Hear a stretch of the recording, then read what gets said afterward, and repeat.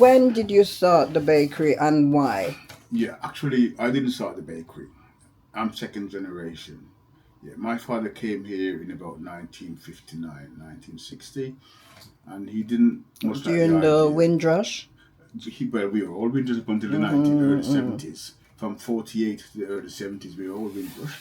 Yeah, but he didn't like the idea very much of working in a factory, and perhaps he also hated the idea of working for somebody else. So, together with a partner, Mr. Lamont, they decided to start the bakery in 1966. And they started in a place not too far away from here, Bearwood. But they took the view that, there were more and more Caribbean people coming into the country during the 50s and 60s and 70s. And one of the things that you need to have to make you feel at home is food. And as you know, in those days, even a mango, you used to have to buy mango in a tin, right? Yam was very, very difficult to get hold of. Okay, so where were we? We was talking about why they started the business. Yeah, so I explained before. As the immigrant population grew, the Caribbean immigrant population grew. Obviously, the things that you need in order to make you feel comfortable and make your home from home was food. So they took the view that having Jamaican bread would be a very important thing. And to be honest, bacon in my family went back a couple of generations before that in Jamaica. Even my maternal grandfather dabbled in baking. So for my dad and his partner, Mr. Lamont, it was a natural thing to do.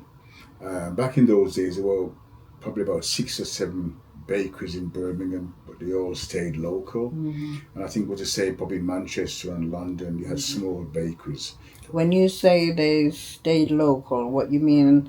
The bread that they supplied was just in that local area? Yeah, okay. So you find that in Birmingham, they would probably supply local shops, or in some cases, people would go to the bakery and buy their bread. So it was very more or less a small industry thing. Okay, so what about your bakery now? What's your distribution? Well, yeah, area? when we started back in my father and his partners there, we started in Bearwood, which is not far from here, and we supplied shops in Birmingham, Wolverhampton and Dudley, what we call the Black Country, and once a week we'd go into Leicester. Okay. Yeah, I joined the business. In 1993, yeah, I worked for a company called the Midland Electricity Board for a number of years, and then I left that and came into the business.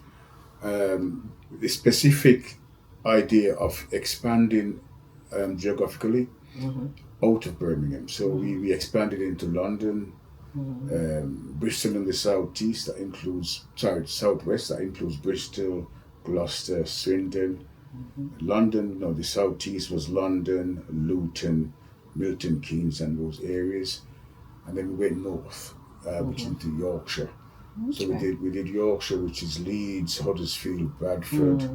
We moved across to the northwest to take in Manchester, and then we moved to the East Midlands and took in Derby and Nottingham and Leicester. Okay. So we expanded our geographical catchment area. Are these larger areas where there are black people living? Well, we work on the demographics. So we would tend to target the areas where you have, the conurbations, where you have a large Caribbean demographic. Okay. So what's your next move?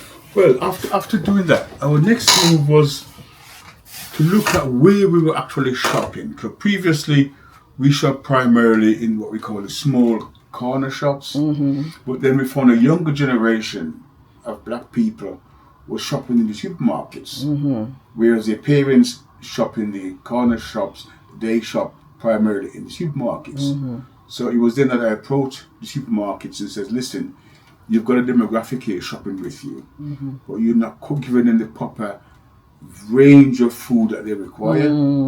So in the end, we end up doing Asda's, and then moved into Tesco, Morrison's, and Sainsbury's.